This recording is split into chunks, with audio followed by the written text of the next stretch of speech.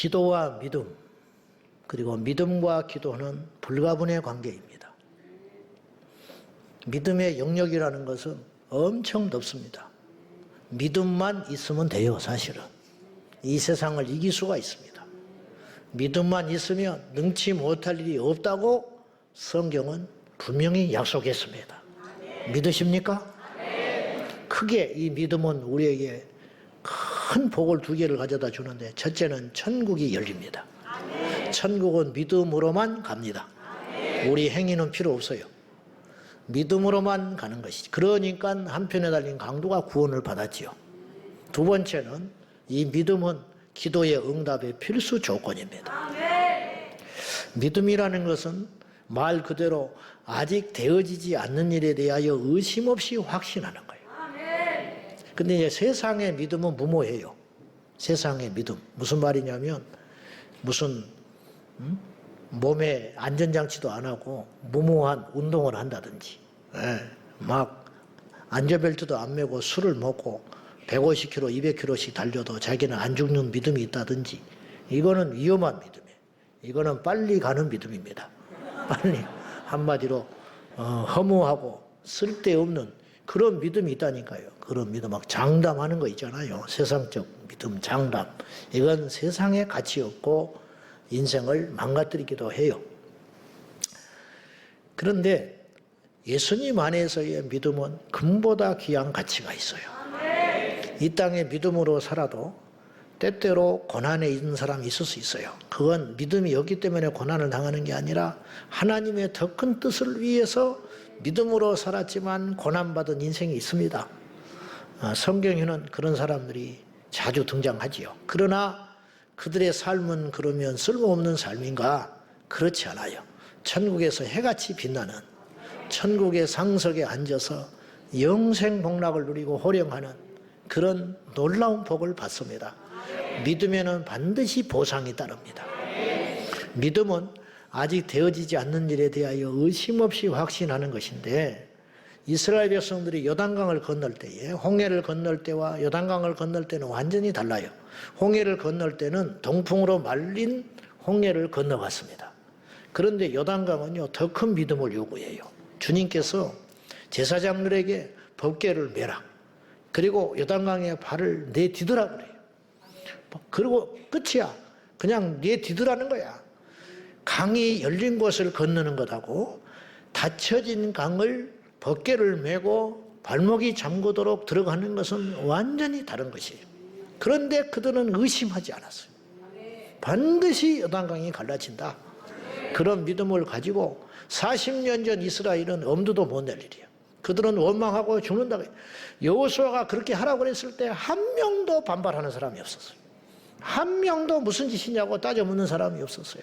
의심 없이 법궤를 메고 제사장들이 담대하게 발목을 잠글 때에 요단강이 쩍 갈라지게 된 것이에요.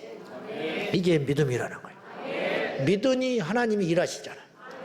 12회를 혈루병으로 앓는 여인이 예수님, 감히 내가 기도를 받는다든지 예수님께 무슨 대화를 한다든지 그거는 있을 수도 없는 일이고, 이렇게 귀한 분이거니와 첫째는 너무 주님 옆에, 주님 주변에 사람이 많을 뿐더러 둘째는 현실적으로 자기가 혈루병 환자이기 때문에 예수님께 나설 수가 없어요. 그래서 스스로 생각하기를 예수님 뒷 옷자락만 만져도 나는 내 병이 나으리라.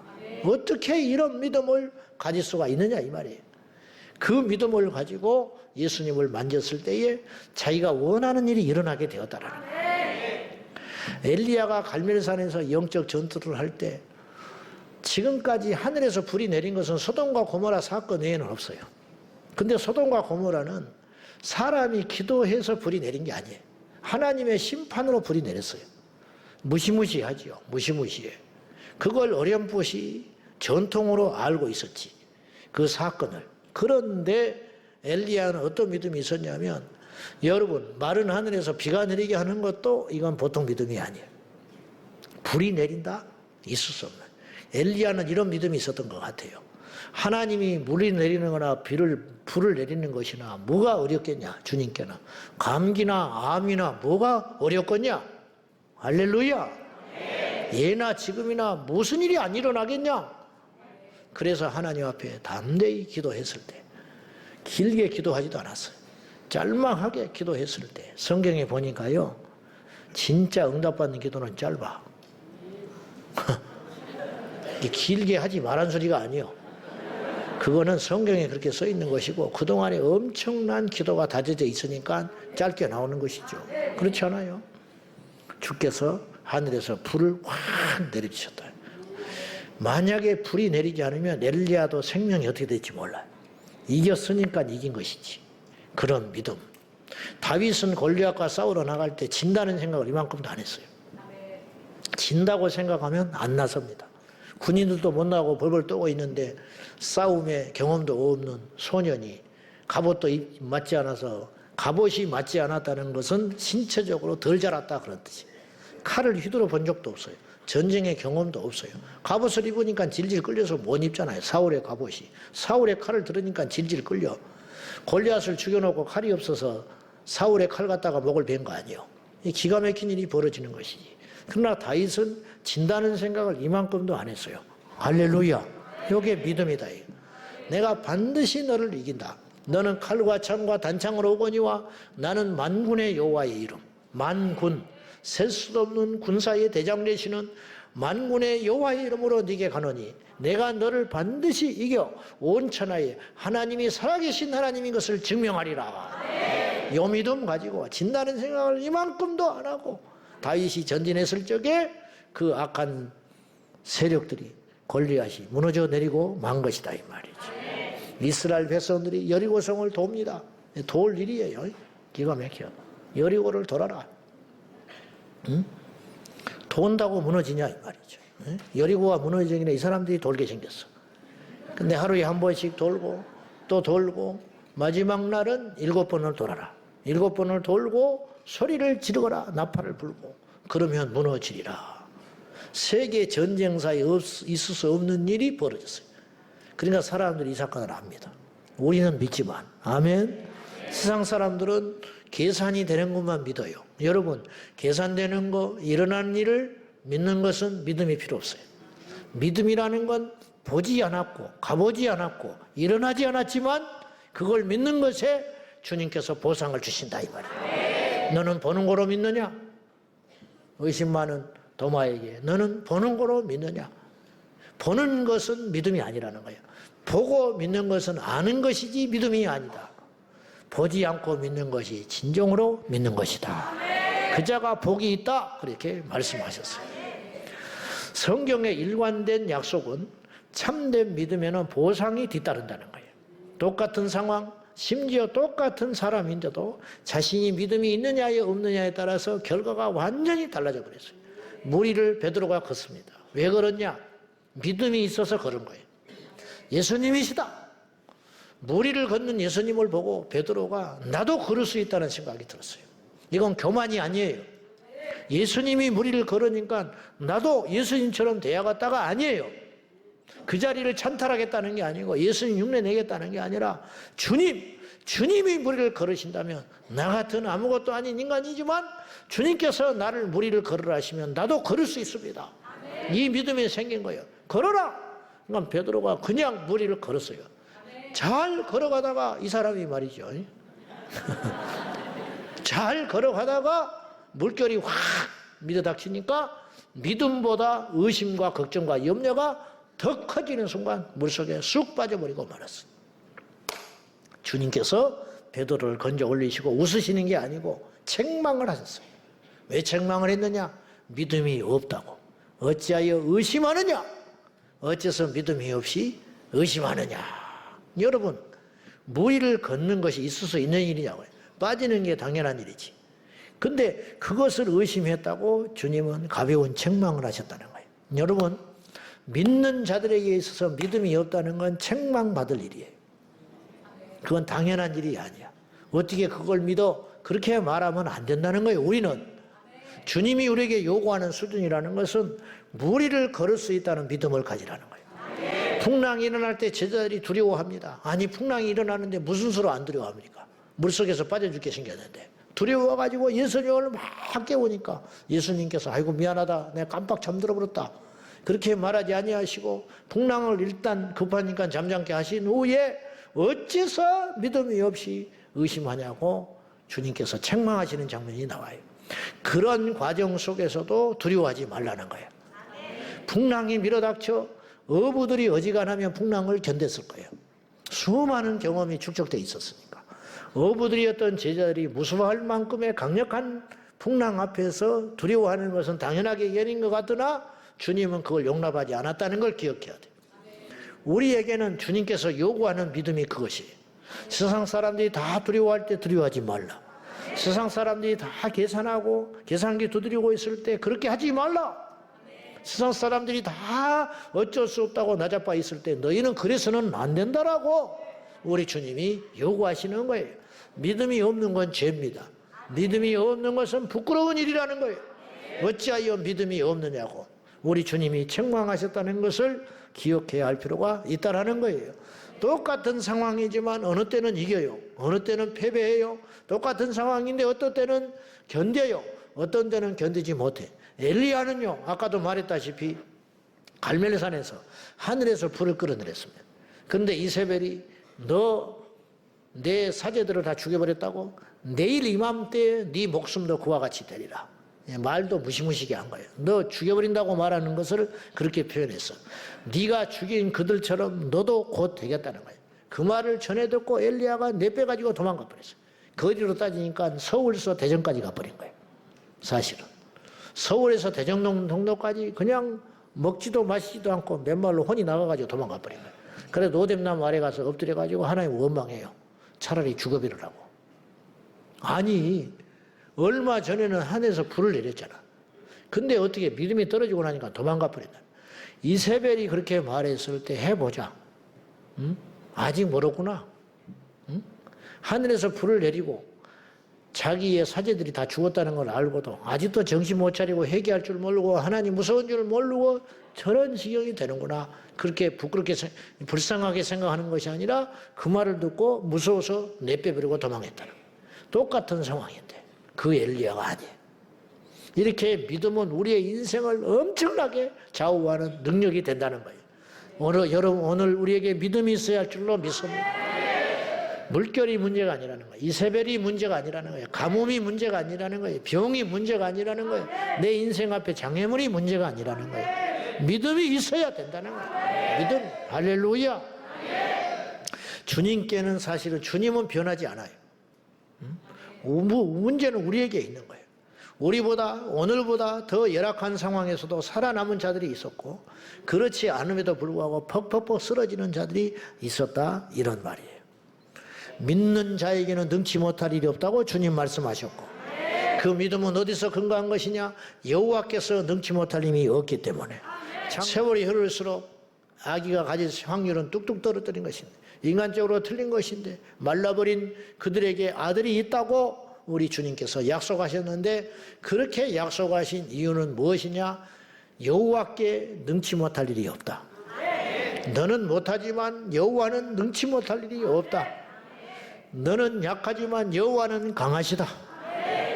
예수님이 말씀하셨어요. 너희가 나를 믿으면 내가 하는 일을 할 것이다. 더 나아가 나보다 더 큰 일도 하리라. 주님이 그렇게 약속하셨어요. 근데 그것이 약속으로만 끝나지 아니하고 그냥 기분 좋아라고 말하는 걸로만 끝나지 아니하고 용기를 베풀어 주는 걸로 끝나지 아니하고 실제로 그런 일이 일어났어요. 예수님이 앉으며 일으켰듯이 베드로도 앉으며 일으켰고 예수님이 나사로를 살렸듯이 사도 바울도 죽은 유두고를 살려냈다는 거죠. 이런 것처럼 주님이 하신 일도 했고 주님이 하신 일보다 더 큰 일도 하리라 그렇게 약속해 주신 것이 말씀도 믿지 못할 말씀이 없습니다. 아멘. 우리의 믿음은 말씀을 믿는 것에서 시작되는 거예요. 말씀을 믿는 것에서 시작되고 말씀을 믿어야만 역사가 일어나고 우리가 주님 앞에 가는 그날까지 이 언약의 말씀, 약속의 말씀을 굳게 믿고 신뢰하는 자에게 반드시 우리 하나님이 함께 하시고 우리 하나님께서 그 믿는 말씀대로 이루어지게 하시는 것입니다. 하나님의 약속의 말씀은 왜 확실하고 의심할 수가 없냐면 하나님은 시건치 아니하신다. 인간처럼 쓸데없는 소리 안 하시고 사람은 책임지지 못할 말을 계속하고 살아요. 계속하고 살아. 내 손에 장을 지져버린다는 동. 나는 장 지인 사람 한 명도 못 봤습니다. 근데 그런 소리는 곧잘 해요. 막 정치인들이 나와가지고 내 손에 장을 지집니다. 아직도 멀쩡해서 이러고 다닙니다. 그러나 하나님의 말씀은 공허한 것이 하나도 없어요. 성경에 하나님의 약속이 어긴 것이 하나라도 있다면, 빈 말씀이 있으면 가져와 보시오. 이루어졌고 이루어지고 있고 그리고 이루어질 것입니다. 예수님의 초림은 구약 성경에만 약 직간접으로 322군데가 나와요. 놀랍지요. 예수님의 태어남, 그리고 예수님의 사역, 예수님의 죽으심, 예수님의 부활, 승천, 그 이후에 예수님이 영광 받으심까지 직간접으로, 이걸 갖다가 붙이면 이건 맞는 거다라고 할 수 있는 거, 조금만 영적으로 해석하고 자세히만 보면 예수님하고 연결시킬 수 있는 성경 구절이 322개가 넘는다. 그리고 직접적으로 이거는 안 믿는 사람도 시비 걸 수 없는 거. 야, 이건 참 이상하다. 어떻게 이렇게 예측을 할 수 있을까 하는 것들이 쉬운 9개. 정확히. 이를테면 처녀의 몸에서 아이를 낳으리니 그 이름을 임마누엘, 예수라 하라. 어떻게 이런 일이 있으냐. 처녀가 어떻게 아이를 낳냐고. 이걸 이사야 선지자는 예수님이 태어나시기 전에 600년 전에 예언을 하셨다. 이래도 안 믿을래요? 응? 이래도 의심해요? 응? 어쩌자는 거예요, 지금. 어쩌자는 거예요. 예수님 십자가에 달리실 때 쓸개탄 음료를 거부하시리라. 와, 그건 큰 사건이 아니에요. 여러분, 큰 것은 맞추기가 쉬워요. 큰 것 맞추기가 쉽다니까. 무슨 말이냐면, 앞으로 세상이 더 전쟁이 심해질 것입니다. 경제난이 심각해질 것입니다. 그런 거는요, 말할 필요도 없는 이야기야. 그건 삼척동자도 아는 이야기야. 그래, 안 그래? 앞으로 우리나라 인구가 줄어들 것입니다. 그건 예언도 아니요. 그런 큰 사건은 말할 필요도 없는 거예요. 그건 누구든지 예측할 수 있고, 선지자 행세할 필요도 없어요. 그런 말에 그냥, 와, 그런 어리석은, 근데 아주 작은 거, 아주 디테일한 거, 우리가 알지도 못한 어떤 작은 나라에 무슨 일이 일어날 거라는 둥, 이런 이야기. 그런 디테일한 것은 정말 맞추기 어려운 거예요. 그런데 예수님께서 십자가에 달려 죽으실 적에 뼈가 부러지지 아니하시리라. 예수님은 뼈가 부러지지 않았어요. 그리고 그의 옷을 제비 뽑아 나누이리라. 도대체 이걸 어떻게 맞추냐고. 그분께서 마지막 기도하실 때 엘리 엘리 라마 사박다니, 그 시편 말씀에 그걸 이미 약속을 했다네. 이걸 무슨 수로 맞추냐고. 그러니까 다윗이 그걸 기록할 적에 자기 정신으로 한 글이 아니에요. 하나님의 계시 가운데 기록을 했다네. 이사야가 앞으로 처녀가 잉태하여 아이를 낳으니 그 이름을 임마누엘이라 하리라. 그걸 자기 정신으로 한 말이 아니라고. 성령의 계시 가운데 기록을 했기 때문에 그렇게 정확하게, 여러분 6일 뒤의 일도 몰라.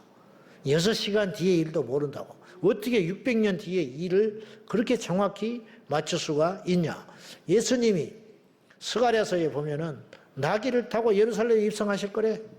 왜 나귀를 탔고 예루살렘에 또 어떻게 입성을 해? 이걸 무슨 수로 맞추냐고요. 무슨 수로 맞추냐고. 도대체가. 이래도 하나님을 믿지 않으니, 되어진 것에 대해서 기록한 책이 아니라 성경은 되어질 것에 대해서 기록한 내용도 엄청나게 많다 이 말이에요. 엄청나게. 그걸 무슨 조작으로 받아들일 수 있겠어요. 문서가 발견됐는데, 두루마리 문서가 있는데 뒤에 무슨 수로 조작을 하냐고. 똑같은 말씀인데 받는 우리들이 감당을 하느냐 못하느냐에 달려있다는 거예요. 사라는 내년 이맘때에 아들을 낳으리라 했을 때 웃었어요. 웃었다는 것은 믿지 않았다는 거예요. 들켰지. 들켰어. 왜 웃냐? 아브라함한테 그랬더니 웃지 않았습니다. 아니야, 웃었다. 그 아들의 이름을 이삭이라 해라. 웃음이라는 뜻이야. 그러니까 이삭아 부를 때마다 부끄러운 거야. 내가 웃었어. 안 웃었으면 이삭이 아닐 텐데. 이름 부를 때마다 그리고 이제 하나님께 죄송하고 믿지 못했던 거. 예? 하나님이요 어쩔 때 보면은 참 뒤끝이 있으신 분이다. 죄송한 이야기지만은 어쨌든 그런데 한나는요 엘리 제사장이 딱 기도했을 때 믿어버렸어요. 돌아가서 수심이 없느니라. 애기 날 준비하는 거야. 수심 없이. 똑같이 들었는데 앞으로 큰 홍수가 있을 테니 배를 지어라. 노아는 방주를 짓기 시작했어요. 롯의 두 예비 사이는 불심판이 있다고 하니까 농담으로 얘기했다. 이거 어떻게 하냐고. 억지로 안 돼. 지금 오늘도 이런 일이 계속 일어나고 있습니다. 우리가 말씀을 믿을 때 무슨 말씀을 주시든지 그대로 믿는 저와 여러분이 되기를 축원합니다. 말씀이 거짓이 아니고 지금 세상은 성경을 공격해요. 진리를 공격합니다. 말씀이 거짓이다는 둥, 말씀이 편집을 했다는 둥, 자기 요리할 대로 막 오류를 찾아가지고 제멋대로 비유풀이를 하고 해석을 하는 거예요. 그리고 성경의 일부는 믿고 일부는 안 믿어. 부활, 예수님의 재림, 동정녀 탄생, 오병이어 사건 절대 안 믿습니다. 동정녀 탄생을 믿지 못한다. 그러면 처녀가 아이를 낳는다는 말을 어떻게 그럼 그런 소리는 쏙 빼버리는 거지. 그냥 마리아가 아이를 낳았다는 것 자체만 부정하고 사는 거지. 무조건 부정하는 거지. 예. 말씀이 거짓이 아니라 이 세상이 말씀을 받아들이질 못하고 믿지 않는 자들이 있다라는 거예요. 어떤 사람은 믿어요. 어떤 사람은 안 믿어요. 근데 믿는 자에게는 하나님이 나타나요. 안 믿는 자에게는 하나님이 숨겨져 계신다는 거예요. 하나님이 안 계신 게 아니고 믿는 자들을 통해서 하나님이 계시고 안 계시고 한다. 이 말씀이 정확히 기록된 구절이 있어요. 요한일서 5장 10절을 주목해서 보셔야 돼. 다 같이 시작. 하나님의 아들을 믿는 자는 자기 안에 증거가 있고 하나님을 믿지 아니하는 자는 하나님을 거짓말하는 자로 만드나니 이는 하나님께서 그 아들에 대하여 증언하신 증거를 하나님께서 당신의 아들에 대해서 선지자를 통하여 그리고 당신의 아들 예수 그리스도를 통해서 이미 증언했어요. 하나님의 아들이다. 너희의 죄를 위해서 죽노라. 그리고 사도들이 그걸 계속 증거하고 다녔어요. 예수 그리스도 그분만이 우리의 구원자다. 예수는 그리스도다. 예수는 우리의 죄 때문에 죽으셨고 하나님의 아들로 다시 살아나셔서 승천하여 올라가셨다고 계속 증거함에도 불구하고 사람들은 그걸 받아들일 만한 믿음이 없는 거죠. 그러다 보니 어떤 일이 벌어지냐면 하나님이 안 나타나. 그런 믿지 않는 자들에게는. 그래서 이 성경을 요한일서 5장 10절을 자세히 보면은 하나님이 거짓말을 했다는 말이 없어요. 하나님을 거짓말하는 자로 만든다 그랬어요. 어떤 자가 만드느냐? 믿지 못하는 자가. 그러면 어떤 자들은 하나님을 신실한 자요 참 하나님으로 증언할 수 있느냐? 믿는 자들에게는 그 안에 증거가 있나니 믿으면 하나님께서 그 믿는 자들을 통하여 어떤 일이 일어나요. 그런 사람들이 그 사람들에게 나타난 어떤 사건과 상황과 나타나는 인격이나 변화나 처하는 태도 같은 거 이런 하나님이 함께 하시는 흔적들과 열매를 보면 뭐라고 그러느냐? 하나님이 계시기는 계신가 보다. 이렇게 고백한다니까요. 믿음과 기도, 기도와 믿음은 어떤 관계가 있는가? 우리의 믿음은 기도 생활에서 어떤 역할을 하는가? 결정적인 역할을 한다. 왜 그러냐? 기도에 믿음이었으면 응답이 없어요. 그건 헛일 하는 거다. 헛일.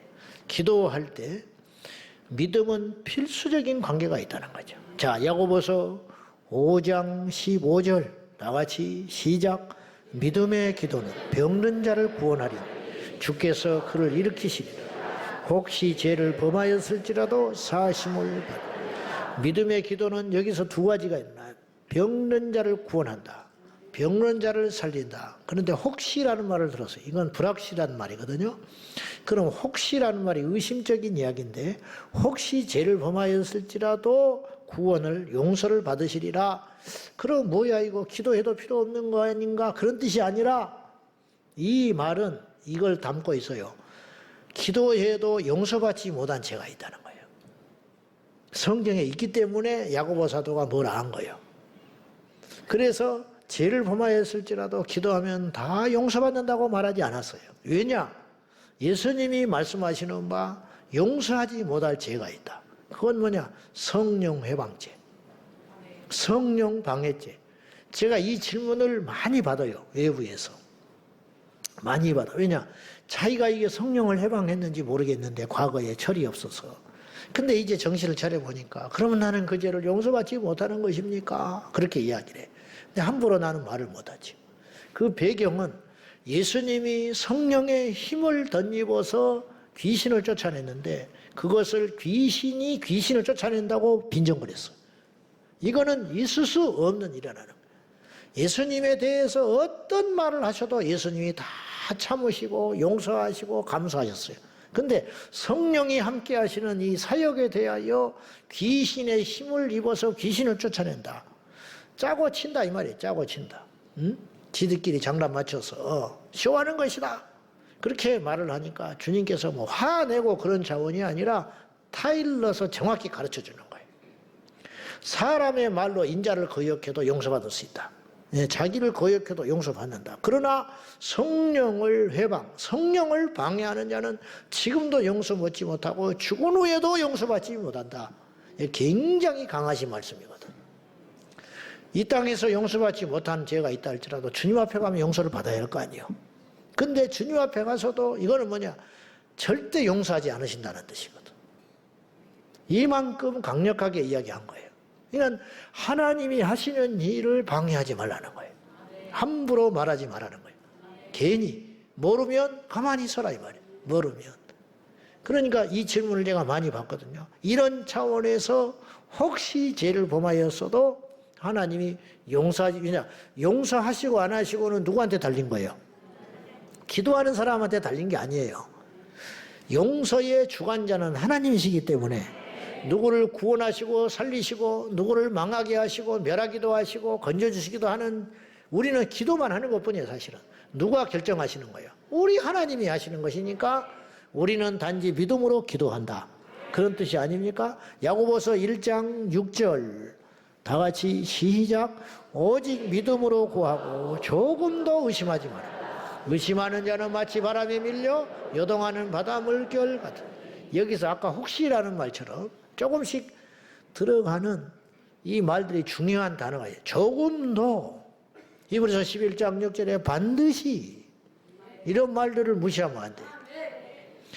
조금도 의심하지 마라. 의심하지 말라는 게 아니라 의심하지 말라 그러면 조금씩 의심할 수도 있고, 그러나 조금도 한치도 한 점도 의심하지 말라. 오직 믿음으로 구하고 조금도 의심하지 말면 의심하는 자는 마치 바람에 밀려 요동하는 바닷물결 같다. 막 움직인다는 거예요. 믿음 없는 기도는 두 가지 특징이 있어요. 첫째, 마음에 믿음이 없는 기도는 마음에 없이 입으로만 중얼거리는 기도예요. 이걸 중언부언하지 말라 그랬어요. 바리새인의 기도. 그들은 기도를 많이 하면 응답받는다고 생각했어요. 그러니까 많이 하자니 계속 믿어지지 않는 말, 마음에도 없는 말, 생각하지도 않는 말, 사랑합니다 주님, 사랑하지도 않아. 이 사람은 주님을 사랑하지도 않아. 사랑합니다 주님, 일단 그렇게 시작하는 거야. 주님 감사합니다, 감사하지도 않아. 그냥 그런 말을 막 읊조리는 거야. 그냥 중얼중얼하면서. 그러면서 시간만 계속 채우는 거. 그건 믿음 없는 기도다. 그거는 하나님이 응답하지 않는다. 두 번째는 기도한 후에 다시 원래의 자리로 돌아가 버리는 기도. 여전히 염려하고 여전히 한숨 짓고 여전히. 그래서 아까 야고보서 1장 6절에 이런 기도에 믿음 없는 기도는 뭐냐? 바람에 밀려가는 요동하는 기도다. 바람에 밀려가서 바람이 안 불 때는 서 있지. 바람 불면 그냥 밀려가 버리는 거지. 풍랑이 밀려오지 않을 때는 씩씩하게 걸어가지. 그러나 풍랑이 밀려올 때는 그냥 주저앉아 버리는 거. 여기서는 힘이 있지. 그러나 세상에 나가면 미끄러져 버리는 거. 예? 여기서는 용감하지. 그러나 어떤 상황에 만나면 그냥 하나님이 어디냐는 식으로 제멋대로 행동해 버리는 거. 이건 뭐냐? 곧 그의 지금까지의 기도가 믿음이 있었다는 거예요, 없었다는 거예요? 없었다는 거죠. 믿음이 없었다. 그런 뜻이. 예. 믿음의 기도는 그럼 어떤 기도냐? 첫째, 염려하지 않는 기도입니다. 이게 쉬워요, 어려워요? 아까 서두에 이 본문을 읽으면서 만만치 않다, 어렵다, 그러나 너무 귀한 말씀이다. 원래 어려운 말씀일수록 우리에게 강력한 힘을 가져다 줘요. 강력한 힘을 가져다 줘. 이 말씀 하나하나가 쉬운 게 하나도 없어요. 사실은 주 안에서 항상 기뻐하라. 주 안에서 기뻐하라 그랬으면 그럴 수 있어요. 항상 기뻐하라. 여러분 항상 기뻐하십니까? 한 명 아멘 안 해요. 한 명. 항상 기뻐하실 수 있어요? 노력해야지요. 항상 기뻐하라. 내가 다시 말하느니 기뻐하라. 왜 다시 말했을까? 어려우니까. 왜 다시 말했을까? 중요하니까. 항상 기뻐하라. 내가 다시 말하느니 기뻐하라. 쉽지 않아요. 너희 관용을 모든 사람에게 알게 하라. 여러분, 도대체 얼마나 많은 관용을 베풀어야 모든 사람이 안다는 거야? 저 사람 관용. 이름을 바꿔야 돼요. 박관용. 이관용. 딱 나타나면 관용. 관용. 도대체 얼마나 참고 얼마나 용서를 해주고 얼마나 견뎠길래 이 사람은 관용이라는 그냥 모든 사람이 알도록 그런 정도가 되겠냐. 이게 쉬워요, 어려워요? 너무 어렵다.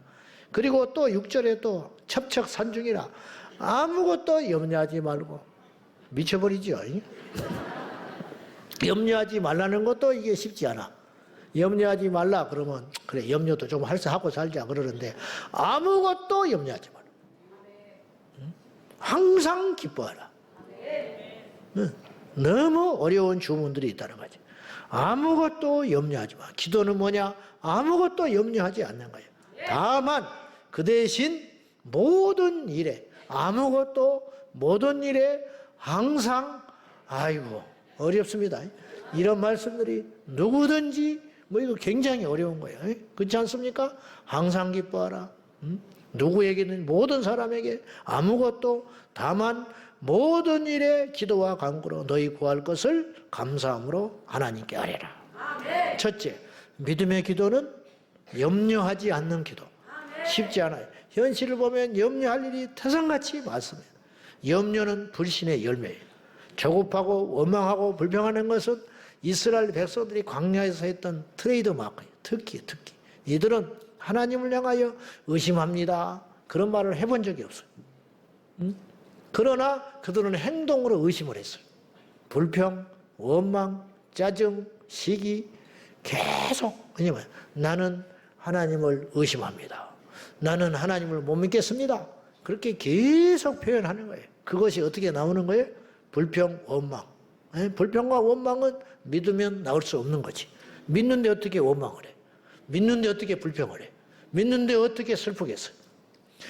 말씀하기를 아무것도 염려하지 말라. 쉬워요, 어려워요? 어렵지요.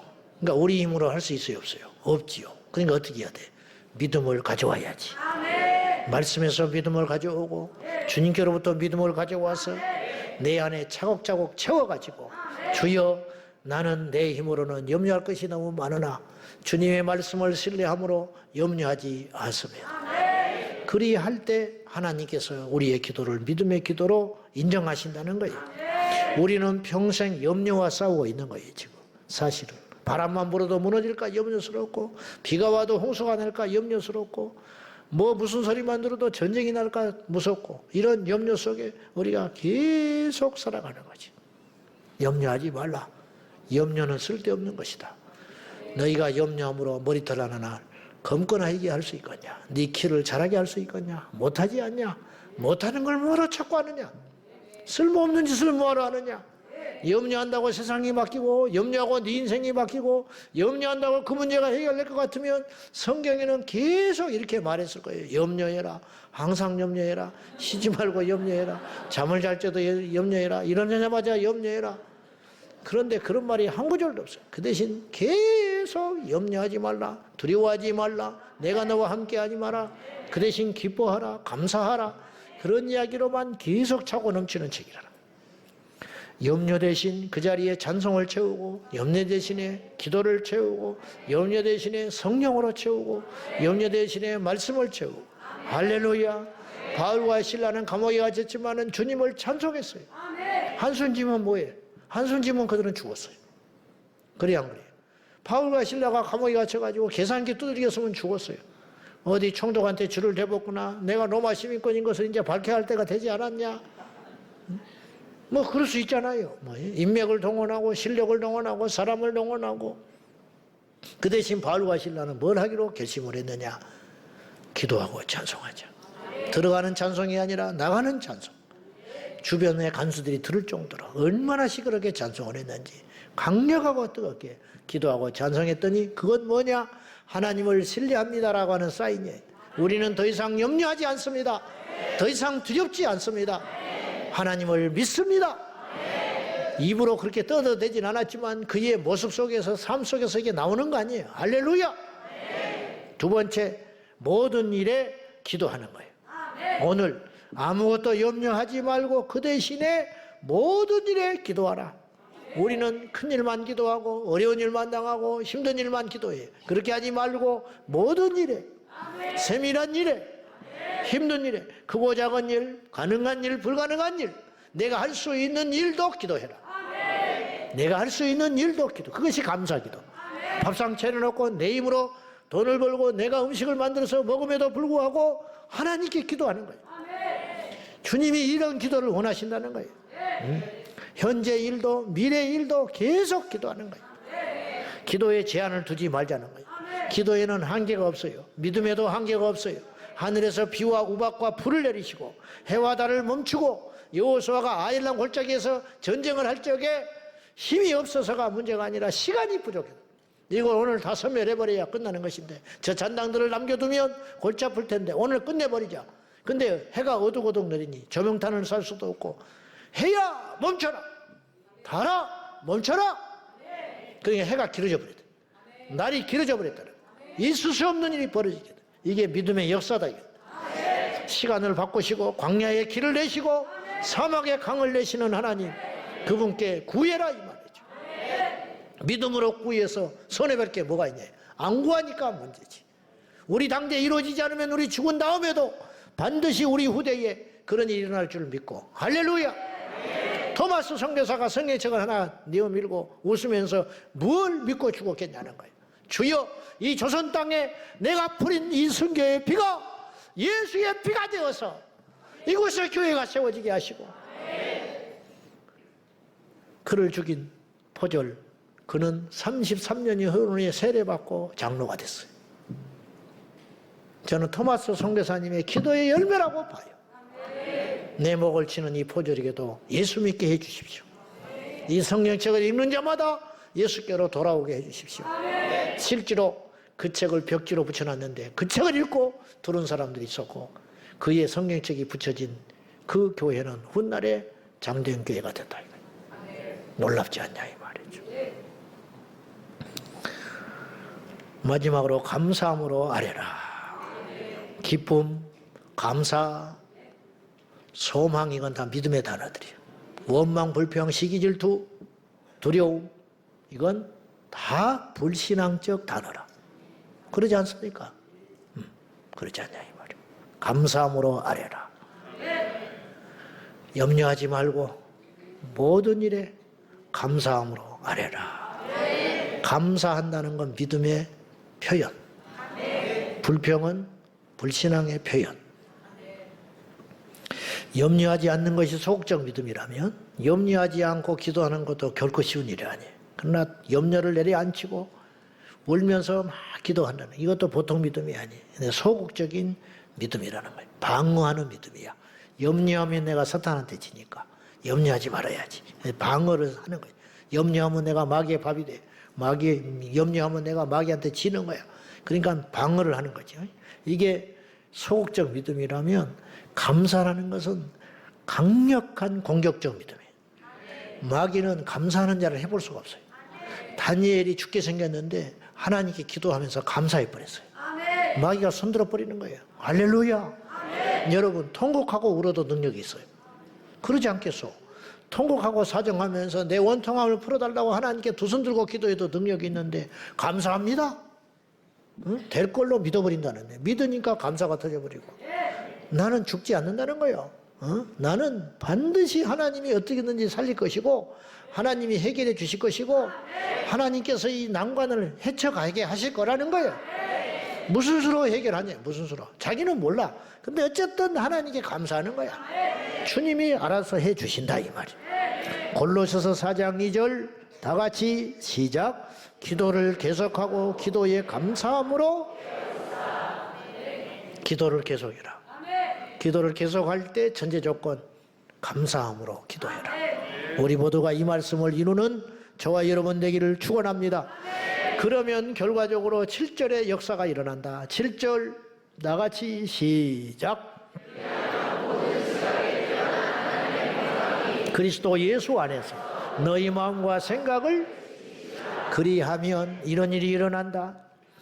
아무것도 염려하지 않고 모든 일에 감사함으로 기도를 하기 시작하면 주님께서 어떤 응답을 주시느냐? 우리 마음속에 응답을 주신다는 거예요.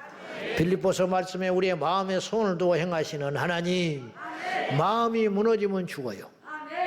마음이 살면 삽니다. 사람들이 그걸 이제 깨달았어. 그래서 멘탈이라는 말을 하기 시작하는 거예요. 언제부턴가 멘탈이 강해야 된다. 이런 말은 옛날에는 없던 말이에요. 마음을 굳세게 먹어라. 마음을 단단히 먹어라. 호랑이에 잡혀가 호랑이 굴에 잡혀가도 정신만 차리면 산단다. 이게 다 그런 말 아니에요. 마음이 살면 산다 이 말이죠. 마음이 무너지면 태산을 쌓아놓고 죽는 거야. 마음이 살아있으면 어떤 역경에서도 살아나는 일이 있는데 문제는 이 마음이 내 뜻대로 되냐 이 말이죠. 여러분 마음이 뜻대로 됩니까?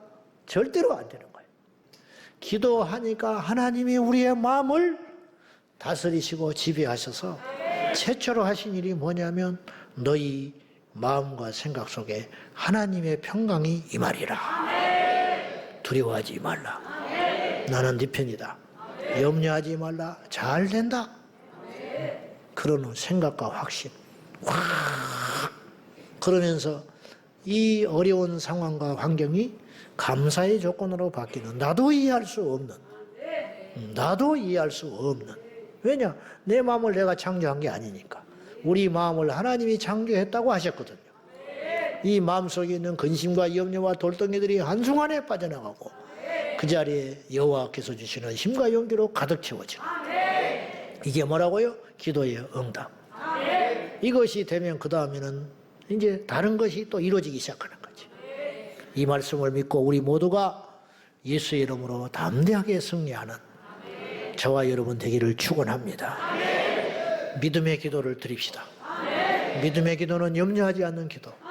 믿음의 기도는 모든 크고 작은 일에 기도하는 것. 믿음의 기도는 감사함으로 기도하는 것.